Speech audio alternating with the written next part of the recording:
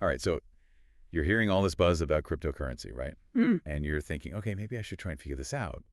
But then you start reading about it, and it's like, whoa, where do I even begin? It really does feel like that sometimes, doesn't it? Like everyone's suddenly speaking a different language. Exactly. Like suddenly everyone's throwing around terms like NFTs and gas fees. Like it's just common knowledge. Right. Can be pretty overwhelming. It totally is.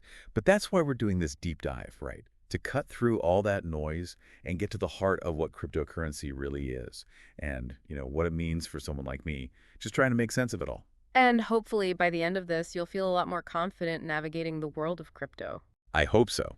But before we get too far ahead of ourselves, let's start with the absolute basics. We've got this Investopedia article, which seems like a good place to start, and it breaks down a lot of the fundamentals. Like, what even is cryptocurrency? Because honestly, I'm still not 100% sure I could explain it clearly. Yeah, that's a great place to begin because even with all the hype, a lot of people are still fuzzy on the basics. At its core, cryptocurrency is basically a digital asset. So instead of physical coins or bills, it exists purely online. Okay, digital money. Got it. But what makes it different from, like, using my credit card or something? That's where things get interesting. See, most cryptocurrencies, they're built on this thing called blockchain technology. Blockchain, right? That's another one of those words I hear everywhere, but Yeah. uh, honestly, I don't fully get it. I hear you. It's one of those things that sounds way more complicated than it actually is, at least on a basic level. Imagine a digital ledger, right?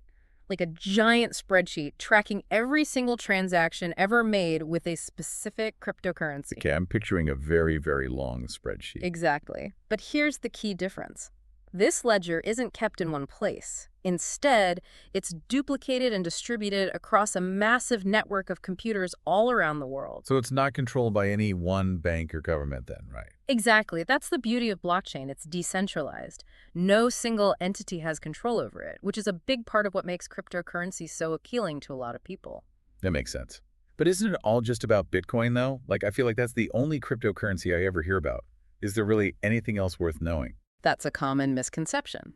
Don't get me wrong, Bitcoin was the first, and it's still the most well-known, but it's really just the tip of the iceberg. Oh, so there's a whole world of crypto out there beyond A Bitcoin. whole universe. In fact, the article talks about how cryptocurrencies can be grouped into different types based on what they're actually designed to do. Okay, so like different cryptocurrencies for different purposes. What are some examples of those? I'm genuinely curious now. So you've got your utility tokens, which can be used to access specific services or platforms. Then there are transactional tokens, which are designed for, well, transactions like buying and selling goods. Makes sense. And there are others. Oh, yeah. There are also governance tokens. Those give holders a say in how a particular project or platform is run. Interesting. So like voting rights, but in the crypto world. Precisely. And then we have platform tokens, which are like the building blocks for entire ecosystems of decentralized applications. And lastly, we have security tokens. Security tokens. Now, those sound interesting. What's the deal with those? Imagine owning a piece of real estate, but instead of a physical deed, your ownership is represented by a digital token. Wow, that's wild. Right. Or think about owning a share of, say, a famous painting, but again, it's all digital, tracked, and verified on the blockchain. That's the kind of potential security tokens hold. They could revolutionize how we think about ownership. That's pretty mind-blowing. But let's say, hypothetically, I'm ready to, dip my toes into the cryptocurrency waters here. How do I even go about, like, acquiring this stuff? Or do I just walk into a bank and ask for a Bitcoin withdrawal? Not quite. It's not quite that mainstream yet. This is where cryptocurrency exchanges come in. Cryptocurrency exchanges. So, like, the digital equivalent of Wall Street, but for crypto. You got it. Think of them like online marketplaces where you can buy and sell various cryptocurrencies using regular traditional money. Coinbase is a popular example. And just like with buying stocks, you can usually link your bank account or credit card directly to the exchange to make purchases. Okay, so that part actually sounds pretty straightforward, but this is where my slightly paranoid side starts to kick in, Mm. is all of this even legal? I feel like I keep hearing these stories about governments cracking down on cryptocurrency. You're right. That's a super important question. And honestly, it's where things get a bit complicated. Complicated how? Well, in the US, for instance, cryptocurrency isn't technically considered legal tender in the same way that, say, the US dollar is.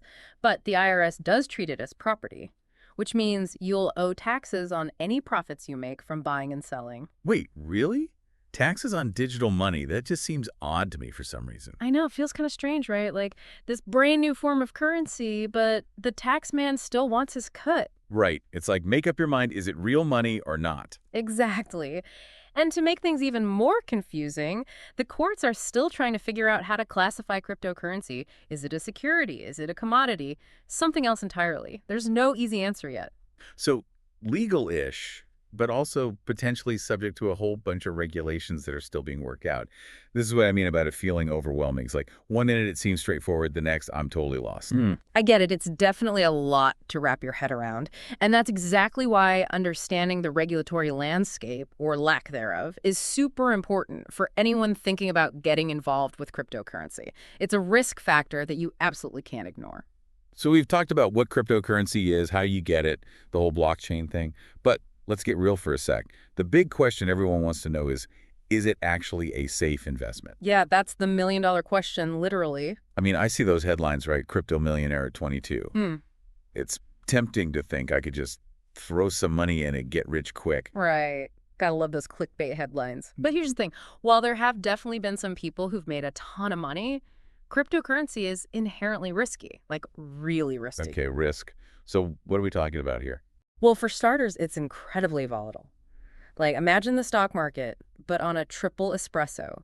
Prices can swing wildly up and down, sometimes even within minutes. So not for the faint of heart then. Not exactly. It's a roller coaster ride, for Yeah. sure. And beyond just the market volatility, there are other risks that are unique to cryptocurrency.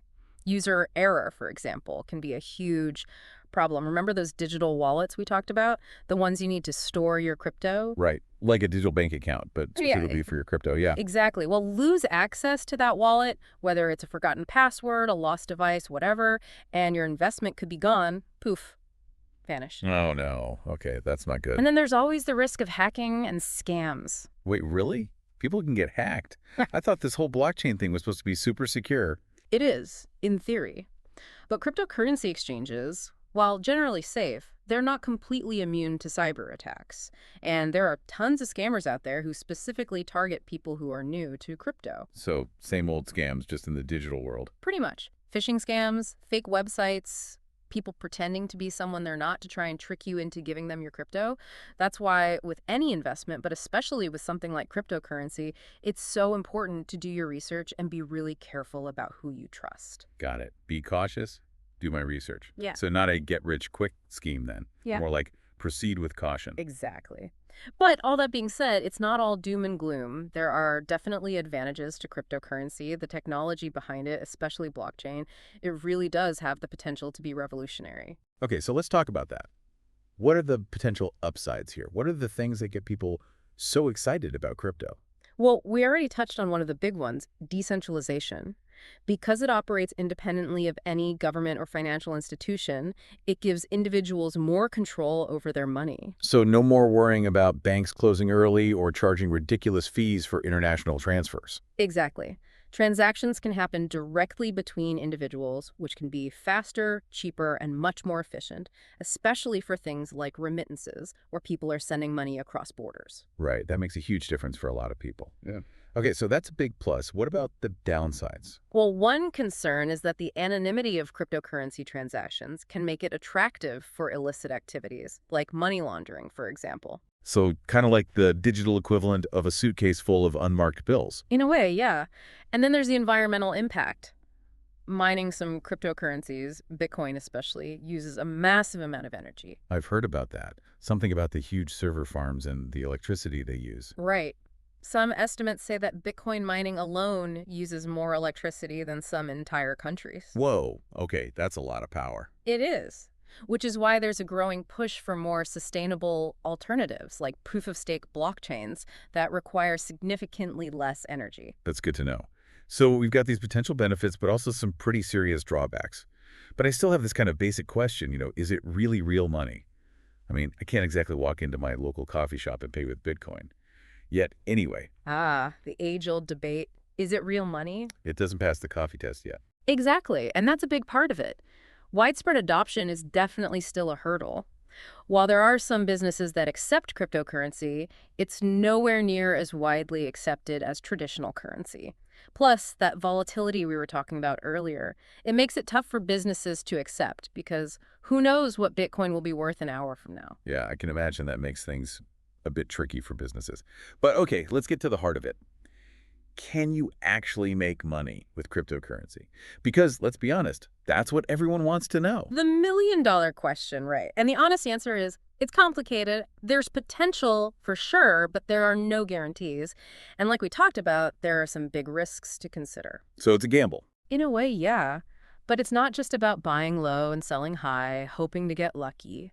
There are other ways to potentially profit from cryptocurrency. The article mentions something called staking, for example. Staking. Never heard of it. It's kind of like earning interest on your crypto. You're essentially locking up your crypto to help validate transactions on certain blockchains and getting rewarded for it. So instead of a bank paying interest, it's the blockchain itself.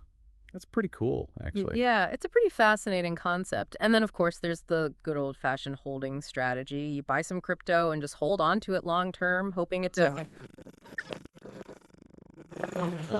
Exactly. But no matter what strategy you're talking about, whether it's staking, holding, or anything else, it's important to remember that this is still a young market. It's volatile, it's unpredictable, and there are a lot of unknowns. So the key takeaway here is don't go throwing all your money into crypto just because you heard someone got rich quick. Exactly. Educate yourself, understand the risks, and only invest what you can afford to lose. Solid advice for any investment, really. Absolutely. Well, I think we've covered a lot of ground here. Hopefully our listeners are feeling a bit more informed about the world of cryptocurrency. I hope so too. It's definitely a lot to take in. It really is. But the main thing is keep learning, keep asking questions, and don't be afraid to dive in and explore this fascinating new world. Just remember to do your research and proceed with caution. Who knows what the future holds for cryptocurrency, but it's definitely an exciting space to watch. Thanks for joining us on this deep dive. My pleasure.